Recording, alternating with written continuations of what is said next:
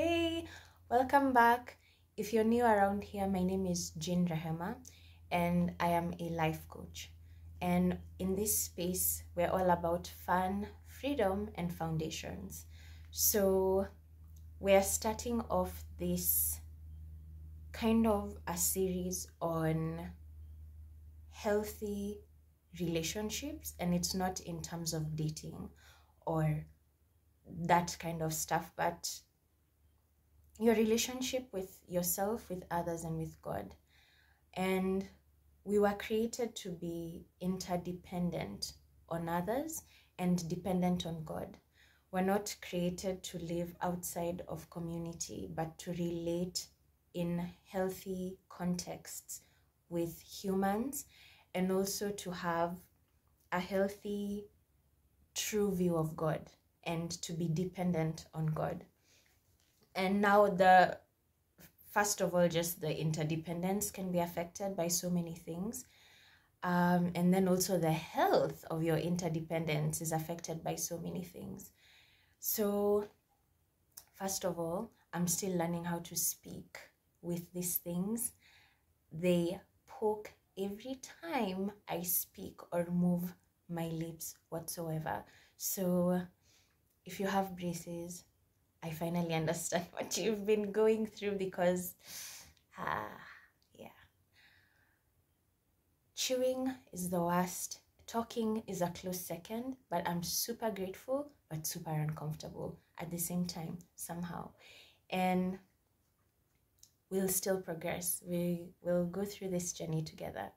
So an anxious avoidant attachment style, what it looks like and how that affects life. So it looks like, let's say you had a party or you walk into church or a social gathering, and then you see this one person, your one person whom you really like walks in. So you're going to be super happy to see them, right? But you're unlikely to say hi to them. You will note that you're happy, but you hide the affection. You will kind of look away. You might look away smiling, but you still look away. You will not be overt with your affection, like, what's up? You might more of kind of waiting for them to approach you. Because there's that aspect of avoidance.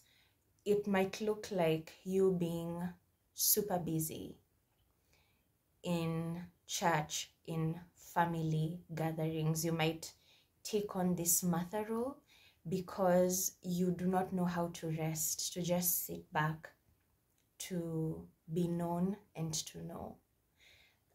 You might just know, like, oh, I don't like hugs, or people in my space like, what's up?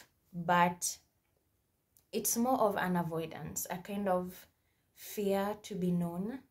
You don't know how to sit and just rest in relationship, to walk into a space and just sit down and interact with people and let people hug you and find out how you are, and just to sit and relate normally. You're probably more comfortable doing something, serving, just doing the thing, something, just moving around, doing something. And because there's that avoidance in you. And then there's this anxiety part where you could possibly interact with someone really well today and they made you feel super welcome and you feel safe with them, but the next day you see them, you're a bit cautious. So you might not relate with them the next day with the same energy that you related with them the previous day. And this is because you're not sure. Do they still want you in their space today? Are you all buddies today?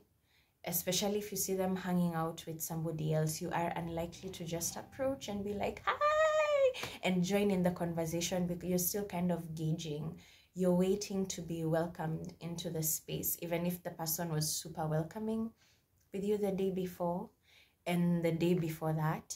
there's an aspect of you that doesn't know if you are wanted in that space. And it might sound crazy if you don't have that attachment style, but it's important to understand that a person with an anxious avoidant attachment style probably would have a caregiver who is friendly today, and the next morning you don't know the version of someone you'll wake up with. They could be in a bad mood, they could be angry, and you don't know why they're angry. You were fine yesterday. Did I do something? Like, you slept and you were fine, and then now you're angry, and the next day you're smiling and welcoming. So because of the inconsistencies, they never really learn that people can be consistent. So they don't expect that because they were welcome yesterday, they will be welcome today.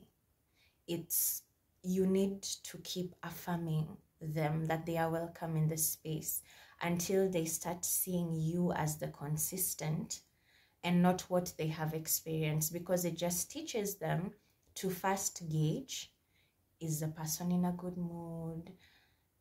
So you being nice today doesn't really mean you'll be nice tomorrow. You wanting them in your space today doesn't mean you'll want them in your space tomorrow.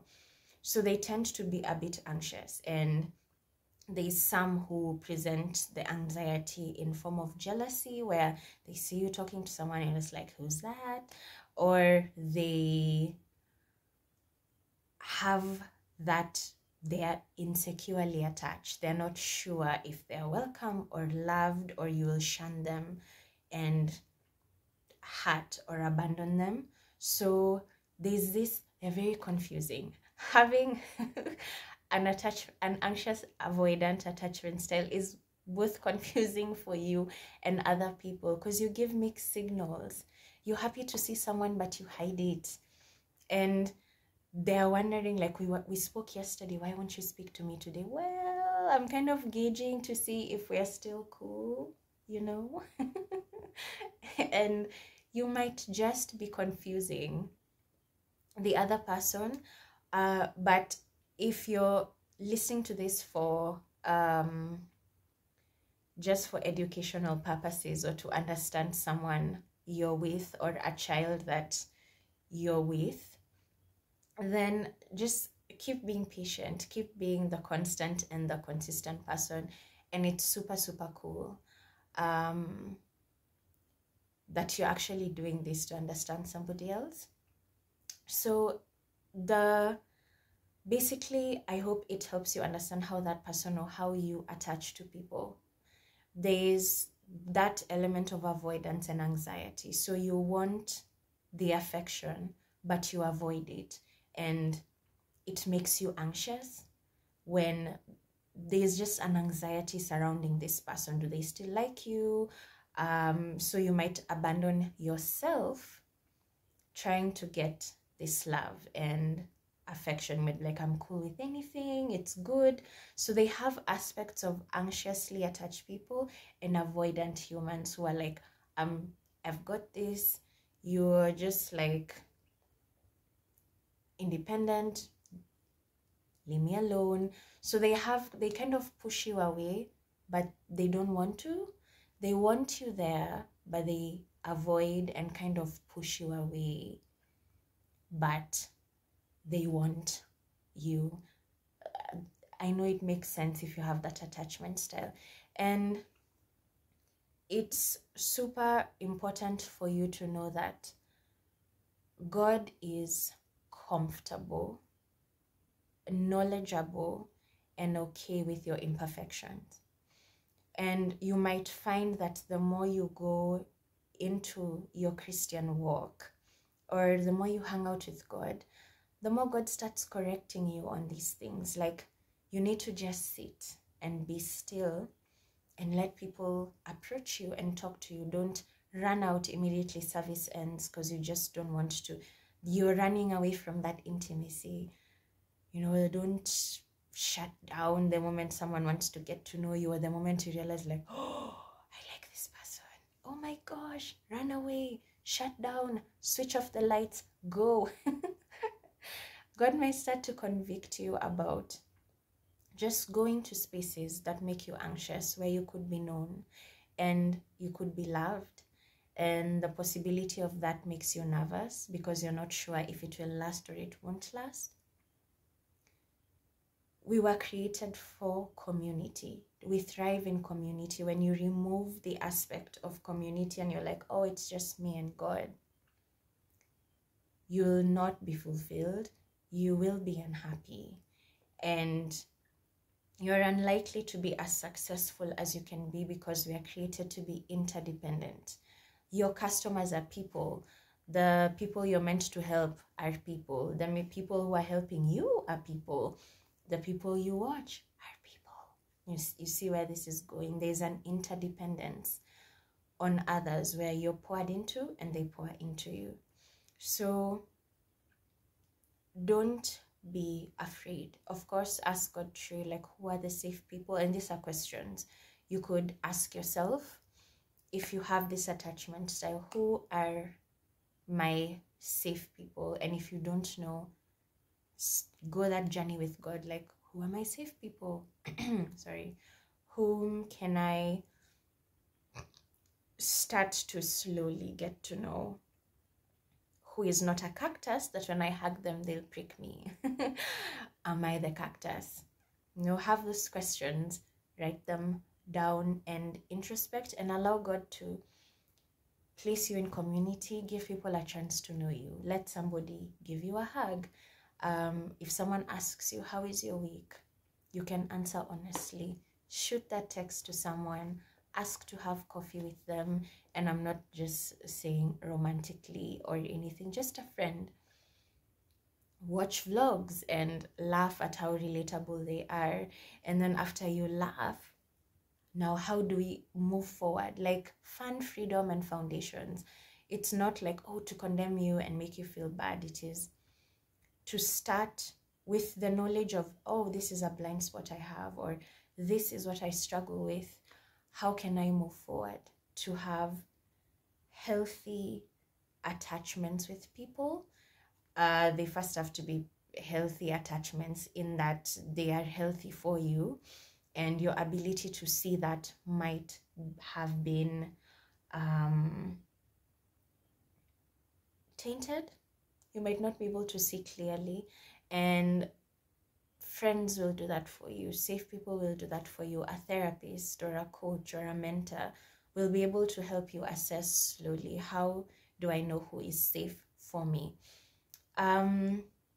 Yes, if you are someone and someone has come to your mind like, oh yeah, so that's probably what's happening with this person.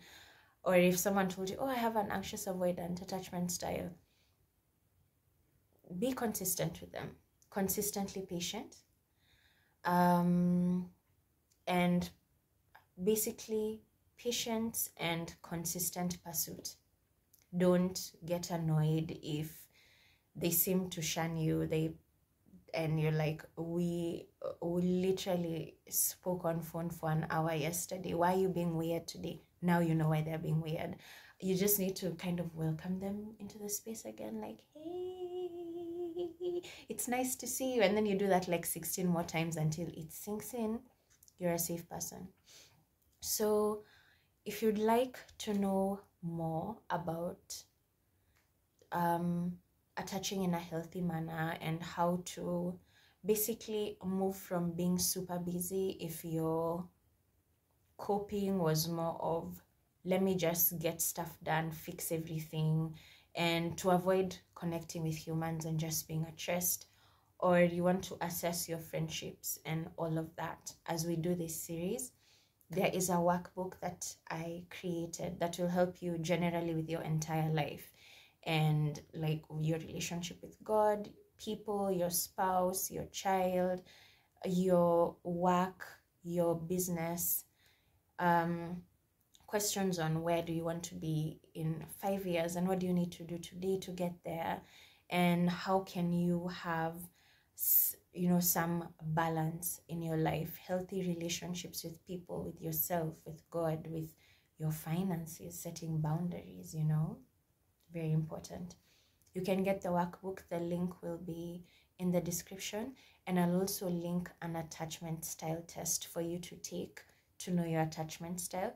Don't feel flustered or stressed about that. If you'd like to have a chat with me, I'll put my email in the description as well. We can walk through that attachment style journey with you and how to just come, like how to become securely attached. It's possible. Be patient with yourself, and whatever God corrects you on, it's not for condemnation, it is for your good. So go form healthy attachments.